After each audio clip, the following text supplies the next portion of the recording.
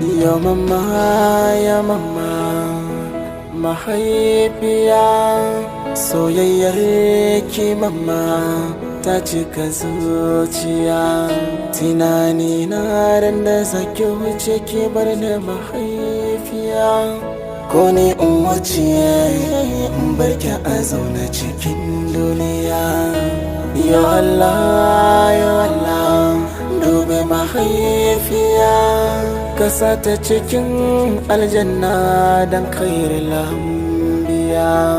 Wasu sun wuce tun kafin zuwan mu duniya, wasu sun yi haƙuri na rashin mahaifiya. To ga na muraye, me za ya sa ba za mu kyautata ba? Haba abokaina, iyaye suna da matuƙar amfani da duka wanda ke a raye duniya. Iyaye tun kafin haihuwa suke yawaita ɗawainiya. Wayo mama, mama, wayo mama, zauna lafiya mama na mai sani dariya. Zauna lafiya uwata mai ban ƙashin miya. Zauna lafiya rabin jiki na mama uwa ɗaya. Allah sarki uwa mai ɗauke damuwa in baki ba lafiya. A rashin uwa wasu ke rasa shashin jiki gaba ɗaya. A rashin ki ne wasu ke koma yin bara su zaga duniya. A rashin ki ne yaro a gida yake zama maraya.